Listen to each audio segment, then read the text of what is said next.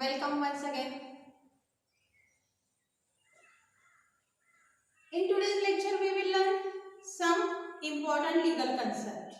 Myself, Advocate Bhagyashree Bhosle. In today's lecture, we will learn some legal concepts: stay of the suits, injunction, cause of action, issues, and expiry. These all are important legal concepts and which are used in a regular or a day-to-day legal affairs or a regularly used in a legal profession. So in the beginning, we will discuss what is the exact meaning of the stay of the suits. In our last lecture, we already discussed what is meant by the suits. Then in today's lecture, we will learn what is the meaning of the concept stay of the suits. So stay of the suits means the postponement or the halting of a further procedure in a particular proceeding. In a given case which is pending in a court of law. So stay of a suits means postponement or a halting of a further proceeding in a given case which is already pending in a court of law. In civil procedure code, there are a certain provision regarding to the stay of the suits. The importance of this is that this provision is to prevent two courts of a competent jurisdiction. There are two courts having a competent jurisdiction. The object of this provision is to prevent the two courts of a competent jurisdiction simultaneously trying two parallel suits in between the parties are same, the subject matter of the suits are same, and these suits or this previous suit is a pending in a competent court. So whenever there are two cases, the issues or the subject matter of the case is the same. The parties filing the case or the plaintiff or defendant are the same regarding the same subject matter, and the previous case is pending in a competent court. So it is a duty of the court to stay the proceeding of further or another suit, because the previous suit is already pending in one competent court and the another matter regarding the same subject is filed in the another competent court. So two suit between the same parties involving the same subject matter and the same question, then the subsequent suit should be stayed. If the foresaid conditions are fulfilled, then it is the court's duty to stay the proceeding. But before giving the order of a stay of the suit, the court must verify that there should be same parties of the suit. There should be same subject matter which is previously arised by the same parties, and these suits is a pending in a competent court. Competent means having authority to try this suit. If all these conditions are fulfilled, then court pass the order to stay of a subsequent suits.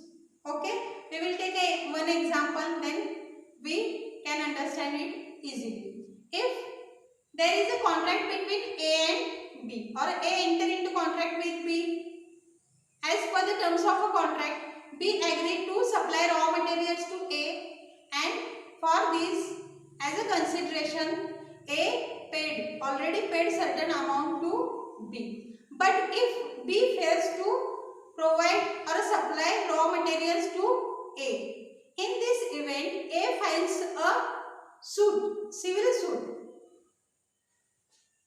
in a competent court because there is a breach of a contract, and this breach of a contract is made by B. And if this case or this suit is pending in one competent court, and if A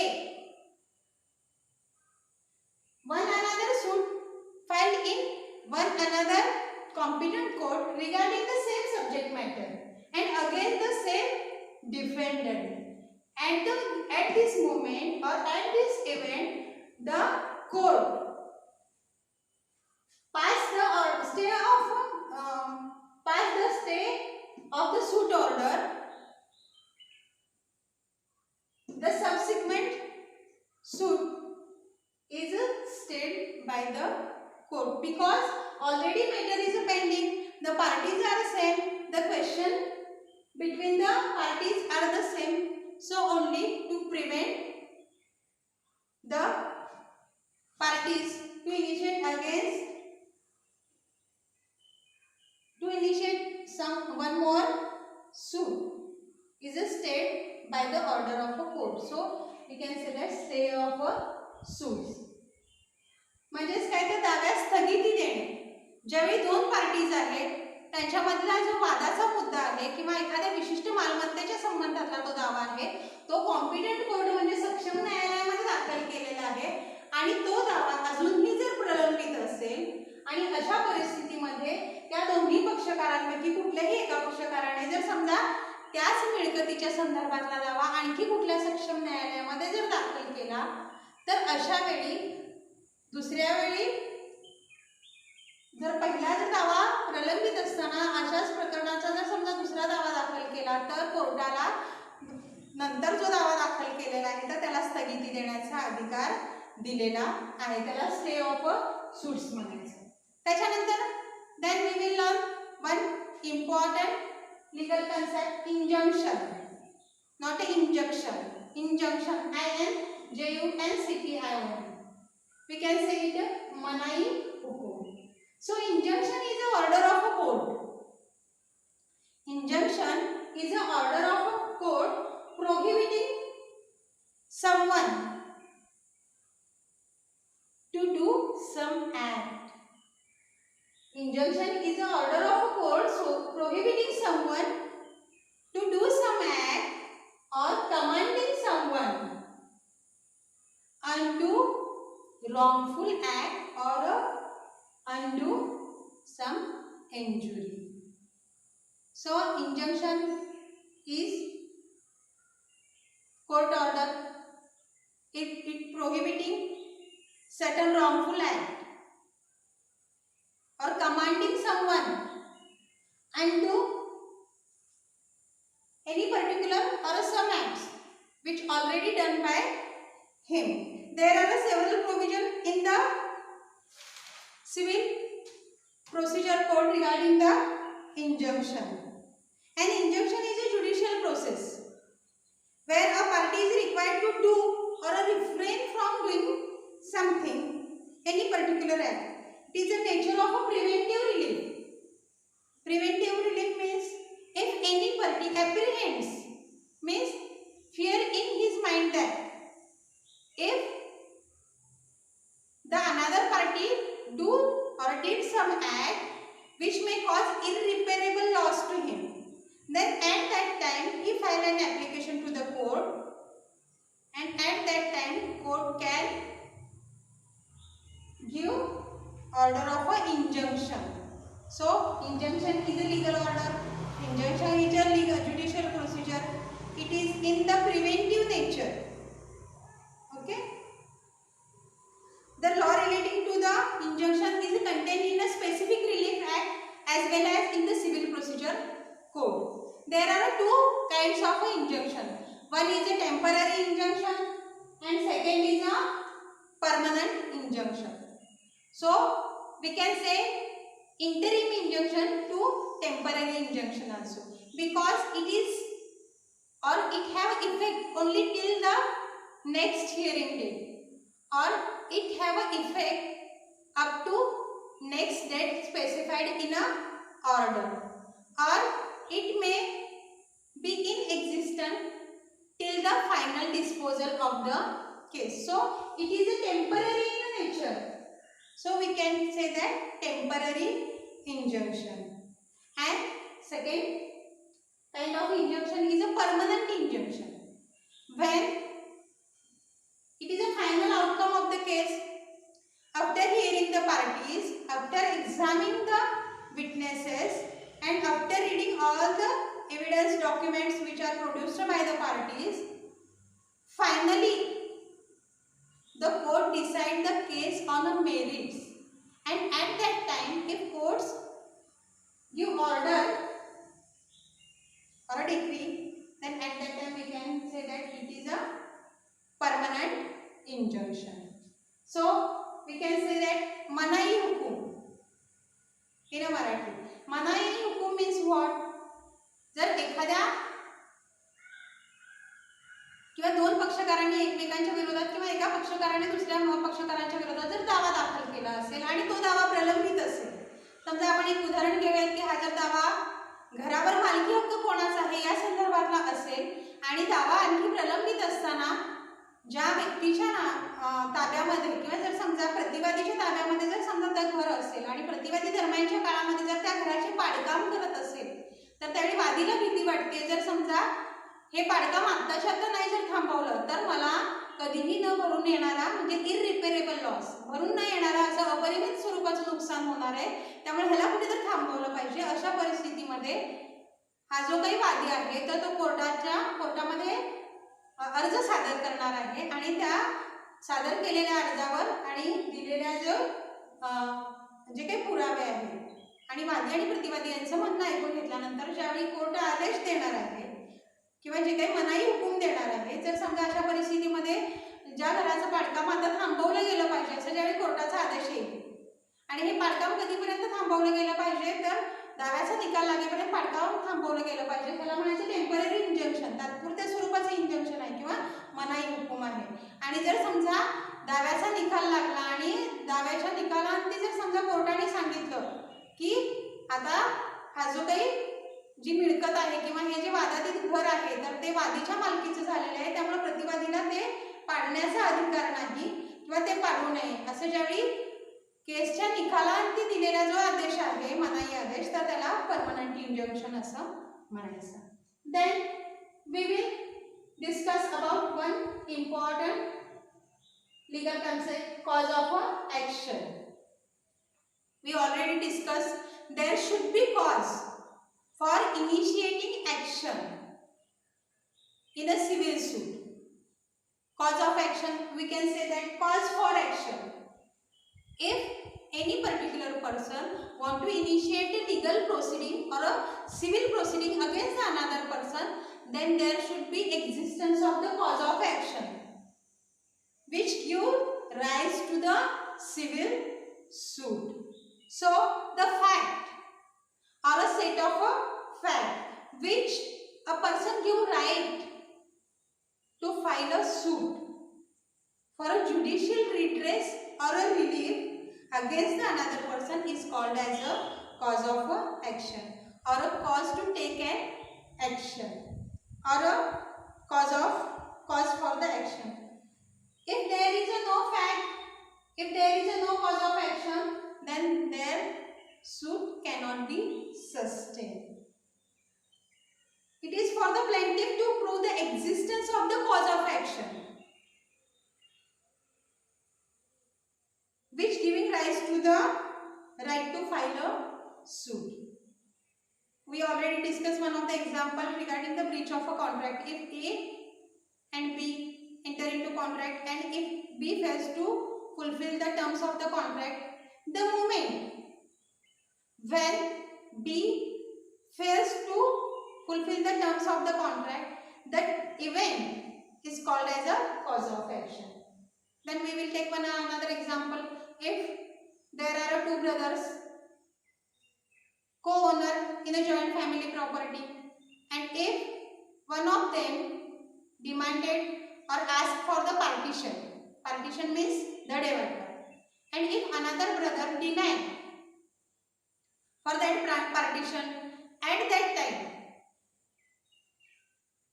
this is a cause of action which giving rise to file a suit or initiate a civil proceeding. It means that they are a co-owner, but one of them want to partition in that joint family property, and if another brother deny, the deny of the brother is a cause of action. If there is no cause of action, if plaintiff fails to prove the cause of action, then the suit cannot sustain. Cause of action means दाव्यास कारण. असं काय कारण घडलं की पक्षकाराला किंवा वादीला न्यायालयामध्ये दावा दाखल करावा लागतो. प्रत्येक दाव्यामध्ये कारण हे काहीतरी घडलंच पाहिजे. जर एखाद्या व्यक्तीने सांगितलं की आमची जॉईंट फॅमिली प्रॉपर्टी आहे किंवा आमची वडिलोपार्जित प्रॉपर्टी आहे आणि जर समजा त्याच्यामध्ये मला वाटप पाहिजे तर मला म्हणून मी हा दावा दाखल केलाय, हे दाव्यास कारण होत नाही. अशी काहीतरी घटना घडावी लागते आणि ज्याच्यामुळे हा दावा दाखल करण्यास वादीला भाग पडलं जातं.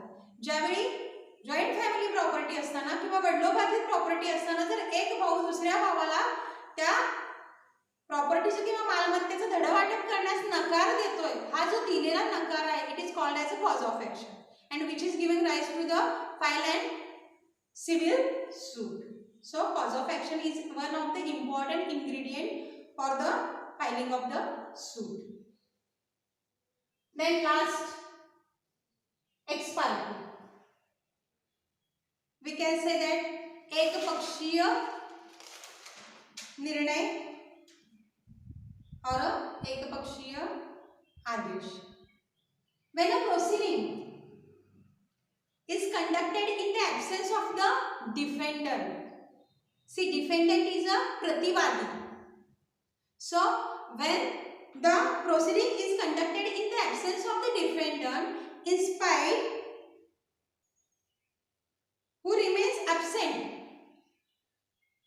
the defendant is absent despite the notice of a legal proceeding against him is given to him, and also the intention of the court to initiate inquiry and proceeding in the absence of him is given to the defendant.